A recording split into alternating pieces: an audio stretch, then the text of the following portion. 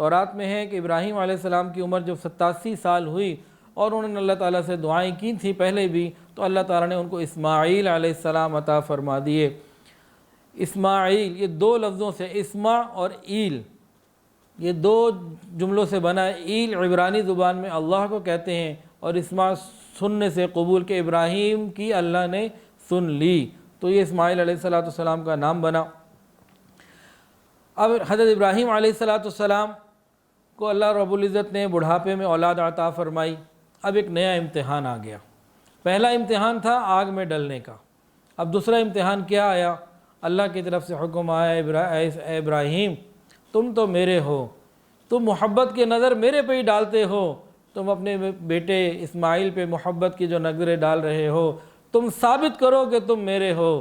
اے ابراہیم ہم تمہیں حکم دیتے ہیں اپنی بیوی کو اور اپنے بچے کو چھوڑ کر آؤ، کہ بواد غیر ذی زرع عند بیتک المحرم۔ حضرت جبرائیل آ گیا کہ اللہ کا حکم ہے آپ نے چھوڑ کے آنا ہے۔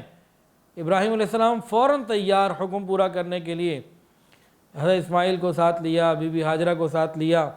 اب یہ لوگ جو ہے مصر سے چلے ہیں، فلسطین سے یا مصر سے چلے ہیں، چلتے چلتے چلتے راستے میں کوئی خوشگوار خوبصورت مقام آتا، حضرت ابراہیم علیہ السلام حضرت جبرائیل سے پوچھتے یہاں رکنا ہے، یہاں بیوی بچوں کو چھوڑنا ہے؟ فرماتے نہیں، ابھی آگے چلنا ہے۔ چلتے چلتے بہرحال وہ مقام آ گیا، بواد غیر ذی زرع عند بیتک المحرم، جہاں نہ جینے کو پانی، نہ پینے کو پانی، نہ کوئی سبزہ، نہ کوئی نشان، نہ کوئی بندہ، نہ بندے کی ذات، کچھ بھی نہیں، کوئی آبادی نہیں، بالکل بیابان۔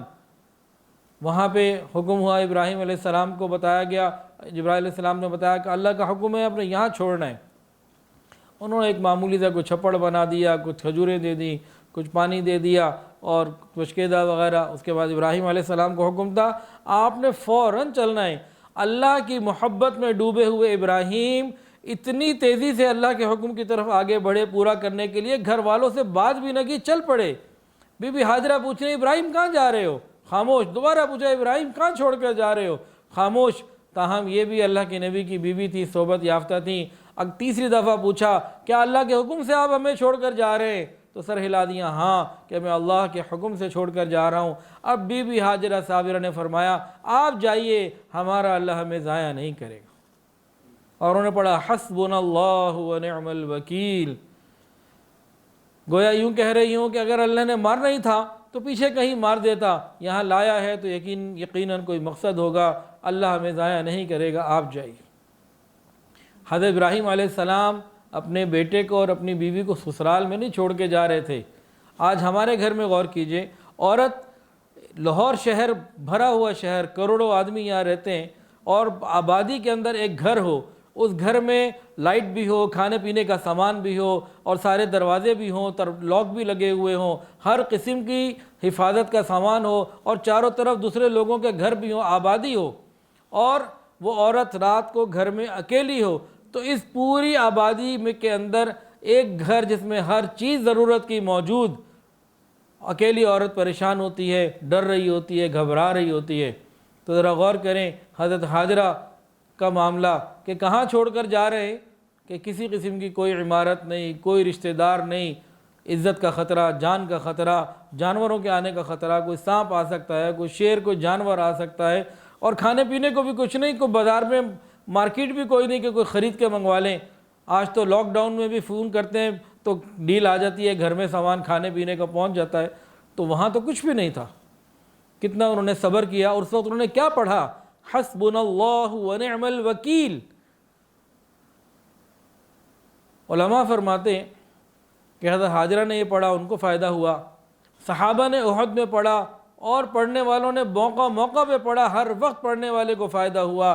اگر کوئی حضرت شاہ ولی اللہ محدث دہلوی رحمۃ اللہ علیہ فرماتے ہیں، اگر کوئی شخص یہ کہے کہ میں نے پریشانی کے عالم میں حسبنا اللہ ونعم الوکیل کثرت سے پڑھا اور مجھے فائدہ نہ ہوا، فرماتے ہیں اس شخص کے ایمان کی فکر کرنی چاہیے، اس کو اپنا ایمان چیک کروانا چاہیے کہ جس ایمان والے نے پڑھا اس کو فائدہ ہوا، اس کو کیوں نہیں ہوا۔ یہ ایسا جملہ ہے، حسبنا اللہ ونعم الوکیل۔ ابراہیم علیہ السلام وہاں سے تھوڑا دور ہو گئے، تھوڑا دور ہونے کے ابراہیم علیہ السلام نے پھر اللہ رب العزت سے دعائیں مانگی۔ بہرحال حضرت حاجرہ موجود ہیں، اسماعیل علیہ السلام موجود ہیں، اللہ کی شان جو کچھ کھانے پینے کو تھا ختم ہو گیا۔ اب ماں تڑپ رہی ہے، پریشان ہے اپنے بچے کے لیے کہ بچے کا کیا کرے، بچہ تو کھانے پینے کو مانگ رہا، کچھ بھی موجود نہیں۔ اب اس ماں نے کوشش کی تو ایک پہاڑی نظر آئی، وہ صفا تھی، سامنے مروہ تھی، پہاڑی کے اوپر چڑھی کہ شاید کہیں کوئی بندہ نظر آ جائے، کوئی مدد مل جائے، کوئی پانی نظر آ جائے، کوئی چیز نظر آ جائے، اونچائی پہ میں چڑھوں۔ ادھر اونچائی پہ چڑھی، کچھ نظر نہ آیا، پھر نیچے اتری، سامنے پہاڑی تھی مروہ، وہاں جانے لگی، درمیان میں ایک نشیب تھا، وہاں پہ اسماعیل علیہ السلام آنکھوں سے اوجھل ہو گئے تو وہاں تیز دوڑیں، پھر اگلی پہاڑی کے اوپر پہنچ گئی، مروہ کے اوپر، وہاں چاروں طرف دیکھا، پھر نہ آیا کچھ نظر، پھر آئیں، پھر گئیں، 7 چکر انہوں نے صفا مروہ کے لگائے۔ اللہ والوں کے قدم کہیں لگ جائیں، اللہ اس جگہ کو کتنی عزتیں دیتے ہیں۔ اللہ نے فرمایا ان الصفا والمروہ من شعائر اللہ، یہ صفا مروہ کیا ہیں؟ یہ پہاڑیاں ہیں۔ ان پہاڑیوں کی جو عظمت کیوں بنی؟ ایک اللہ کی نیک بندی کے قدم لگے، اللہ نے اس کو اپنی نشانیاں بنا لیا، اور قیامت تک آنے والے چاہے نبی ہو چاہے عام آدمی ہو، حتیٰ کہ رسول اللہ صلی اللہ علیہ وسلم پر بھی اللہ رب العزت نے لازم قرار دے دیا کہ حج عمرہ کرنا ہے تو یہاں دوڑنا پڑے گا۔ میری ایک پیاری بندی یہاں دوڑی تھی، آپ کو بھی اسی طرح دوڑنا ہوگا۔ 7 چکر لگائے، اللہ کو یہ دوڑنا اتنا پسند آیا، ماں کی تڑپ اور دعائیں قبول ہوئیں۔ انہوں نے آواز ایک سنی، ایک فرشتے کی آواز تھی، پھر انہوں نے دیکھا کہ پانی بھی اسماعیل علیہ السلام کے پاس سے نکل رہا ہے، تو حضرت جبرائیل علیہ السلام نے اپنی ایڑی ماری، پر مارا، بہرحال وہاں سے پانی جاری ہو گیا، پانی نکل رہا ہے۔ بی بی ہاجرہ قریب آئی، خوش بھی ہو رہی ہیں، اور اب پانی کو روکنے کہہ رہی ہیں زمزم کا مطلب رک جا۔ نبی علیہ السلام فرماتے ہیں کہ اگر ہاجرہ اس وقت صبر کرتی اور زمزم نہ بولتی تو یہ اور پھیل جاتا، اور بڑا ہوتا۔ تو بہرحال اللہ رب العزت نے بی بی ہاجرہ اور اسماعیل علیہ السلام کے لیے یہ پانی عطا فرما دیا۔ بی بی ہاجرہ کو تسلی ہو گئی۔ اللہ کی شان، قبیلہ بنو جرہم، یہ یمن کے قبیلوں میں سے تھا، وہاں قحط سالی ہوئی، وہ پریشان تھے کہ کہیں دنیا میں پانی ملے، ٹھکانہ ملے، تو اس طرح وہ پھر رہے تھے، تو ان کو اچانک کچھ پرندے ہوا میں نظر آئے، تو حیران ہوئے کہ یہ یہاں تو پانی، ہم تو پہلے بھی گزرتے نا، یہاں تو پانی ہے ہی نہیں، اور یہ پرندے تو پانی پر آتے ہیں۔ تو انہوں نے تحقیقی حال کے لیے اپنے 1-2 نمائندے بھیجے، وہ آئے، انہوں نے دیکھا اور بی بی ہاجرہ سے بات چیت کی، اور بی بی ہاجرہ نے ان کو، وہ کہنے لگے کہ ہم یہاں آنا چاہتے ہیں، رہنا چاہتے ہیں۔ بی بی ہاجرہ بہت عقل مند اور سمجھدار خاتون تھیں، انہوں نے ان سے فرمایا کہ دیکھو تم یہاں آ کے رہنا چاہتے ہو، رہ جاؤ، آباد ہو جاؤ۔ ان کے دل کی تمنا بھی یہی تھی کہ یہاں کوئی آ کے آبادی ہو اور کوئی انسانی زندگی کا سلسلہ بنے۔ لیکن انہوں نے ایک بات طے کی، کہا دیکھو یہ جو کنواں ہے نا، یہ میرا اور میری اولاد کا ہے، پانی تم نے پینا ہے، جتنا استعمال کرنا ہے اس کی تمہیں اجازت ہے، اس کی ملکیت میری اور میری اولاد کی ہے، اس کی ملکیت میں تم لوگوں کا کوئی تعلق نہیں ہوگا، اگر یہ بات قبول ہے تو آ جاؤ۔ وہ لوگ واپس گئے، اپنے قبیلے میں جو قریب ساتھی تھے ان کو کہا، ہم تو کہیں رہنا چاہتے ہیں۔ اس طریقے سے بنو جرہم آئے اور یہ جگہ پھر آباد ہوئی۔ حضرت اسماعیل علیہ السلام بنو جرہم کے ساتھ زندگی گزارنے لگے، ان کی زبان سیکھ لی، ان کے ساتھ ان کا کھیلنا، ان کے ساتھ ان کا رہنا اٹھنا، اس طریقے سے ہوا، آہستہ آہستہ بڑھتے گئے، اور بنو جرہم کو پھر اسماعیل علیہ السلام پسند بھی آ گئے، اور سیدنا اسماعیل علیہ السلام کی بالآخر بنو جرہم میں شادی ہوئی۔ حضرت ابراہیم علیہ السلام اس دوران کبھی کبھی اپنے گھر والوں کو ملنے آتے رہتے تھے اللہ کے حکم سے۔ اسماعیل علیہ السلام کی شادی ہو چکی تھی۔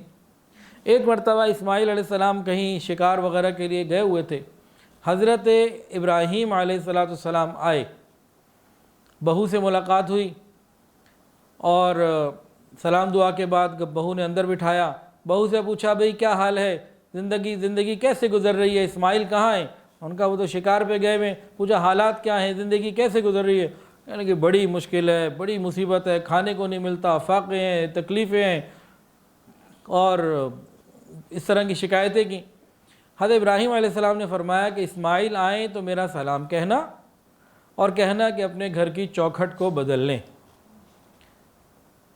اسماعیل علیہ السلام جب شام کو آئے تو نور نبوت کو پہچان گئے، اور اپنی بیوی سے پوچھا کچھ آیا تھا، کوئی آئے تھے آج؟ کہا ہاں آج اس طرح فلاں ایک شخص آئے تھے، کہ وہ تو میرے باپ تھے، تو میرے والد تھے، کیا فرما گئے؟ تو بتانے لگی کہ فرما گئے ہیں کہ چوکھٹ کو بدل لو. کہنے لگے وہ پیغام دے گئے ہیں کہ تم ناشکری اور تم ناشکری ہو، بے صبری ہو تو تمہیں میں طلاق دے دوں، تم سے علیحدگی اختیار کر لو. انہوں نے ان کو طلاق دے دی. پھر بنو جرہم میں کہیں اور شادی کر لی.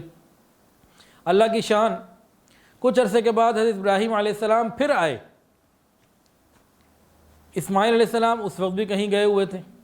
اب جب اسماعیل علیہ السلام کے پیچھے دوسری جو ان کی بیوی تھی، ابراہیم علیہ السلام آئے، سلام دعا آئی، اس نے بٹھایا. آپ نے پوچھا بھئی اسماعیل کدھر؟ کہا وہ تو گئے شکار کے لیے، یہ کام کے لیے.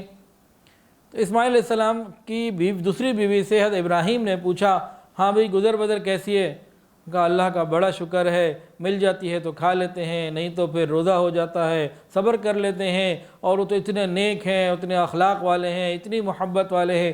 پہلی بیوی کی نظر فقط مال کے اوپر تھی، اور اس بیوی کی جو نظر تھی ان کے کردار، اخلاق اور پاک دامنی کے اوپر تھی. ابراہیم علیہ السلام بہت خوش ہو گئے اور ان کو فرمایا کہ بیٹا اسماعیل جب آئے اس سے کہہ دینا کہ اپنی چوکھٹ کی حفاظت کرے. یہ شکر کرنے والوں کو نعمت ملتی ہے کہ اپنی چوکھٹ کی حفاظت کرے. ابراہیم علیہ السلام تو پیغام دے کے چلے گئے، اللہ کی طرف سے جتنا اجازت تھی، جتنی دیر رک سکتے تھے وہ رکے، پھر چلے گئے. اسماعیل علیہ السلام رات کو جب آتے ہیں تو محسوس تو ہو گیا کہ کوئی آیا تھا، نبی یہاں سے گزرے ہوں. اور پھر اسماعیل علیہ السلام خود ماشاءاللہ نبی. پوچھا کوئی آیا تھا؟